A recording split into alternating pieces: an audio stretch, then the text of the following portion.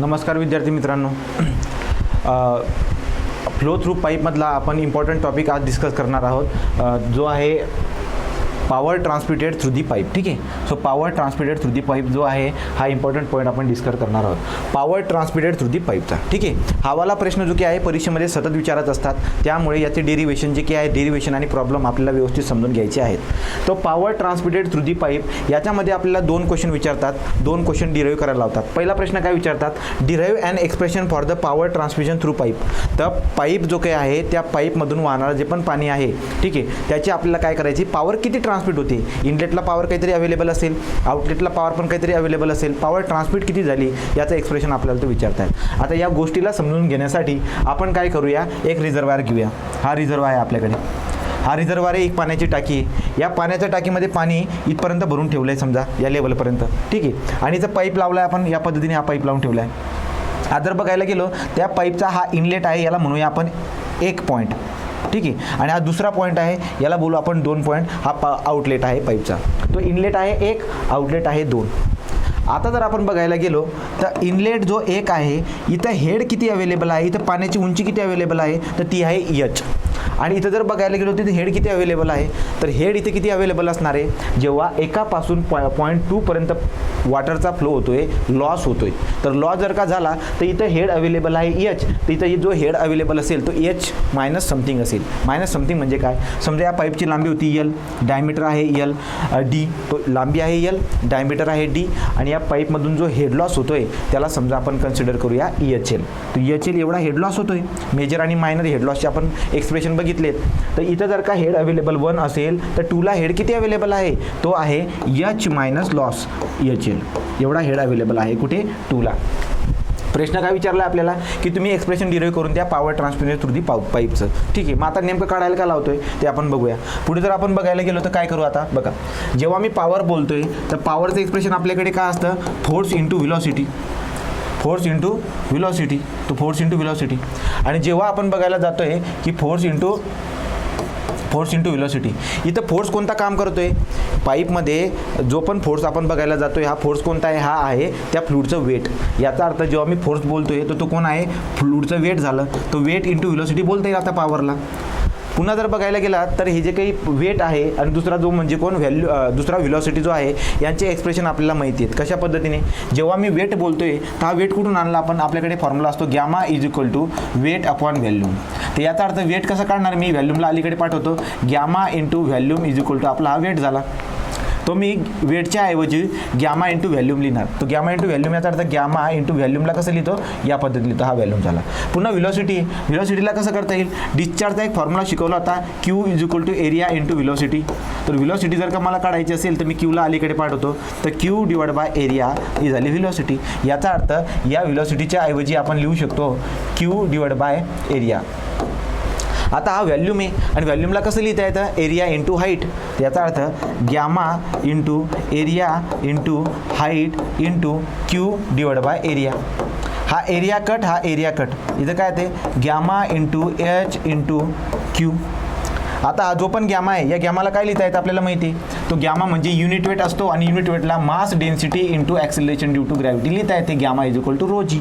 तो मी काय करणार, या गॅमाच्या ऐवजी लिहिणार rho G H Q. Rho G H Q हा झाला आता पॉवरचा फॉर्म्युला. हा झाला पॉवरचा फॉर्म्युला. तर हा पॉवरचा फॉर्म्युला दिसायला भेटतोय. आता आपण काय करणार, आपण बघणार की पॉवर अवेलेबल इनलेटला किती आहे आणि आउटलेटला किती. आता जर बघायला गेलो तर power available at inlet. Inlet म्हटल्यावर ते काय 1. तो इनलेटला पॉवर किती अवेलेबल आहे, त्याचा हेड आहे h. इनलेटचा जो पॉईंट 1 आहे त्याच्यावरती पाण्याची उंची किती आहे, h एवढी आहे. मग हेड किती अवेलेबल असणार, रो जी, त्याची हाईट किती आहे h इंटू क्यू. ही पॉवर अवेलेबल आहे इनलेटला. पुढे जर बघायला गेलो तर power available so power available at outlet. Power available at outlet 2 किती असणार आहे बरं का, ते बघायला गेलो तर पॉवर, ही पॉवर होती 1ला, पॉवर 2ला किती असणार आहे, सो पॉवर पॉईंट 2ला किती असणार आहे, ती असणार आहे रो जी, तिथे हेड अवेलेबल किती आहे H minus H L into Q. ठीक आहे, एवढी पॉवर मला दिसायला भेटते. तो एक्सप्रेशन जे बेसिक एक्सप्रेशन काढलं मी त्याच्यावरून मला काय कळालं की इनलेटला पॉवर जी असते ती रो जी, हेड ज्याचा अवेलेबल आहे जेवढा अवेलेबल असेल तो रो जी एच क्यू झाला. आणि 2ला जर का बघायला गेलो तो rho G H minus H L का केला, कारण की तिथे head available H minus H L एवढा आहे. तो rho G H minus H L into Q ही झाली पॉवर अवेलेबल ॲट आउटलेट 2. ठीक आहे, हे वाला झालं. आता आपण काय बघणार, पॉवर ट्रान्समिशनसाठी आपल्याला बघावी लागणार एफिशियन्सी, की पॉवर किती ट्रान्समिट झाली यासाठी आपल्याला बघावं लागेल एफिशियन्सी. तर मी एफिशियन्सी कसं काढणार बरं का, आउटलेटला पॉवर अवेलेबल आहे एवढी, ठीक आहे, तो आउटलेट झाला, आणि इनलेटला पॉवर किती अवेलेबल आहे एवढी. याचा अर्थ मी एफिशियन्सी जर का काढायला गेलो तर मी एफिशियन्सी कशी काढणार, आउटलेटची पॉवर डिवाइड बाय इनलेटची पॉवर. सो देअरफॉर इथं आपण काय लिहिणार,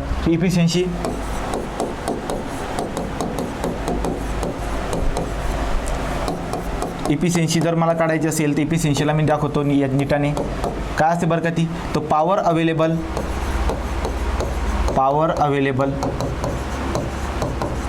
at 2 divide by power out हा काय आहे, हा आउटलेट आहे, ठीक आहे. तो पॉवर अवेलेबल ॲट 1, ठीक आहे, या पद्धतीने लिहिता येईल. ते इंटू 100 केलं का इफिशियन्सी 100% इफिशियन्सी आपल्याला पर्सेंटमध्ये दिसायला भेटेल. ठीक आहे, तो इंटू 100 केलं का पर्सेंटमध्ये दिसायला भेटेल. हा 100 आहे. आता पॉवर अवेलेबल होती 2ला, किती होती, तो पॉवर अवेलेबल होती rho G H minus H L into Q, आणि इनलेटला किती होती बरं का 1ला, तर ती होती रो जी एच क्यू. ठीक आहे, तो रोजी कट क्यू कट याचा अर्थ H minus H L divide by H, एवढं काय असणार आपली आता इफिशियन्सी असणार आहे. ही काय असणार आहे इफिशियन्सी, इंटू 100 केलं का इफिशियन्सी भेटून जाईल आपल्या टक्केवारीमध्ये. त्या पद्धतीने आपण आलो इथपर्यंत. क्लिअर आहे. तर जेव्हा पण आपल्याला प्रश्न विचारतोय की power transmission through the pipe याचं एक्सप्रेशन डिराईव्ह करून दाखवा, इथपर्यंत तुम्हाला डिराईव्ह करावं लागेल. तर हावाला जो काही पॉईंट मी करून दिलेला आहे इथं, हे एक्सप्रेशन हे तुमच्या माहितीसाठी तुम्हाला समजून सांगण्यासाठी मी जे करून दाखवलंय. तुम्ही पॉवरचा डायरेक्टली फॉर्म्युला जर रटून मी घेतला रोजी एच क्यू तरी पण चालणार, आणि मेन्शन केलं की इनलेटला पॉवर रोजी एच क्यू असते, आउटलेटला पॉवर रोजी H minus H L into Q असते तरी चालेल, आणि त्याच्यानुसार इफिशियन्सी काढून दाखवायची. त्या इफिशियन्सीवरून आपल्याला अंदाज येऊन जातो की पॉवर किती ट्रान्समिट झाली. ठीक आहे, तो इफिशियन्सीवरून आपण बघून घेतलं की बाबा पॉवर एवढी ट्रान्समिट होते, तो इफिशियन्सीवरून कळाली. तर एवढे एक्सप्रेशन काढून दाखवायचं. ठीक आहे, इथपर्यंत एक्सप्रेशन काढून दाखवायचं आहे. आता पुढे पुन्हा एक क्वेश्चन आपल्याला विचारतात हवाला, find the condition for maximum transmission of the power.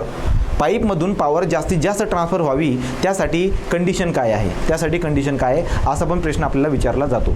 तर find the condition for maximum transmission of the power. मग आता यासाठी आपण काय करणार बरं का, इथे जर आपण बघायला गेलो तर लक्षामध्ये काय येईल आता बघा. तो या केसमध्ये आपण जर बघायला गेलो तर बघा, हा पाण्याची टाकी होती.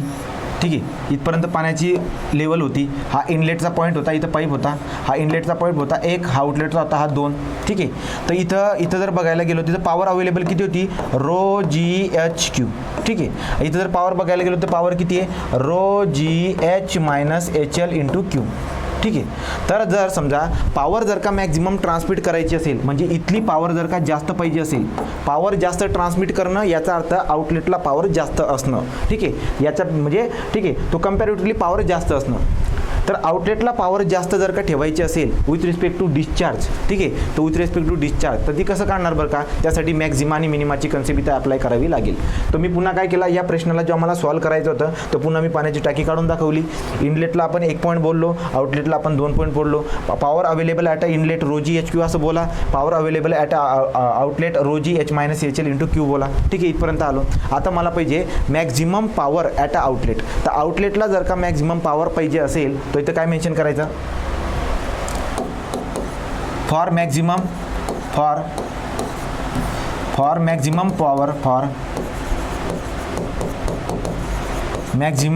Power at outlet with respect to discharge आपण काय करणार बरं का, मॅक्झिमम मिनिमा काढणार. तर power at R 2 with respect to discharge should be 0 पाहिजे. मॅक्झिमम मिनिमा कसं काढायचो आपण, तर कोणत्या पण फंक्शनचा मॅक्झिमा काढायचा असेल किंवा मिनिमा काढायचा असेल तर त्याला डिराईव्ह करावं लागतं व्हेरिएबलसोबत. इथं व्हेरिएबल आहे आपला discharge. So power available at a outlet differentiate with respect to what, तुम्ही डिस्चार्जच्या रिस्पेक्टने काय करा, त्याला डिफरन्शिएट करा. तर मी काय करतो मग आता, मॅक्झिमम जर का पॉवर पाहिजे असेल तर काय करावं, कंडिशन काय ती शोधतोय आपण. तर मग D by derivative with respect to discharge of P2 म्हणजे आउटलेटला असणारी पॉवर किती होती, ती होती rho G H minus H L into Q. Should be what, comparative what, zero. त्याला झिरो सोबत कम्पेअर करायचं. आता इकडचं आपण डेरिव्हेटिव्ह काढून घेऊया. इकडे जर का आपण डेरिव्हेटिव्ह काढायला गेलो तर या पानावरती डेरिव्हेटिव्ह काढतो मी, ठीक आहे. त्या पानावरती आपण डेरिव्हेटिव्ह काढून घेऊ.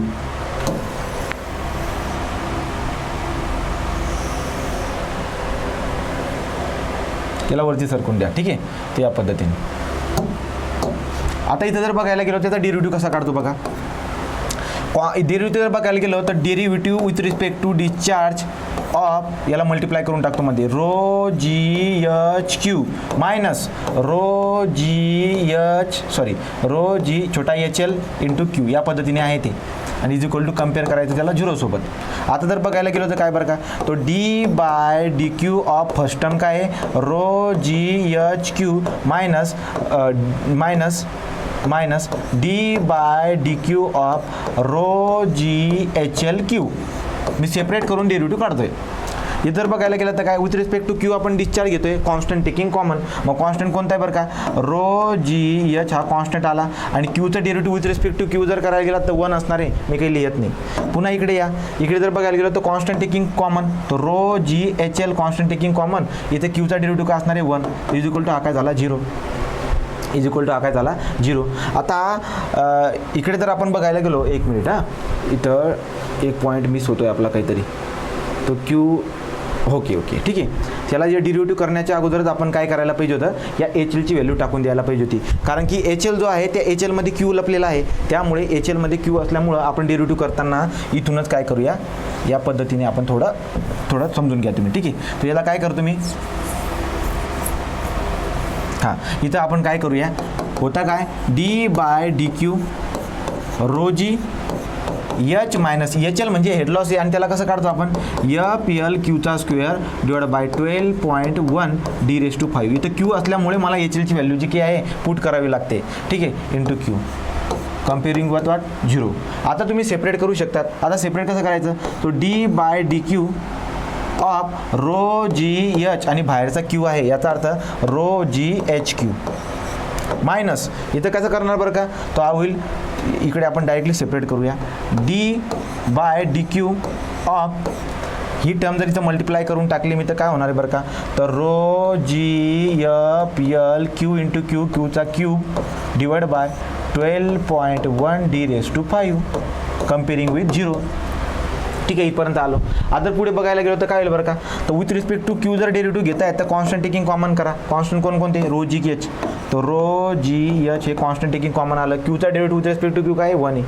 परत इकडे या, क्यूचा derivative with respect to Q घ्यायला जाणार, कॉन्स्टंट टेकिंग कॉमन कोण आहे, rho G F L divide by 12.1 D raise to 5. हे कॉन्स्टंट आहे सगळे. डेरिव्हेटिव्ह घेईल मी क्यूचा क्यूबचा, तो किती येईल, तो येईल 3 क्यूचा स्क्वेअर कम्पेअरिंग विथ व्हॉट 0.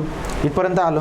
पुन्हा आपण जर बघायला गेलो समजा, तर पुन्हा आपण काय करू आता, रो जी एच मायनस काय होतं ते एकदा बघून घ्या, rho G F L divide by 12.1, rho G F L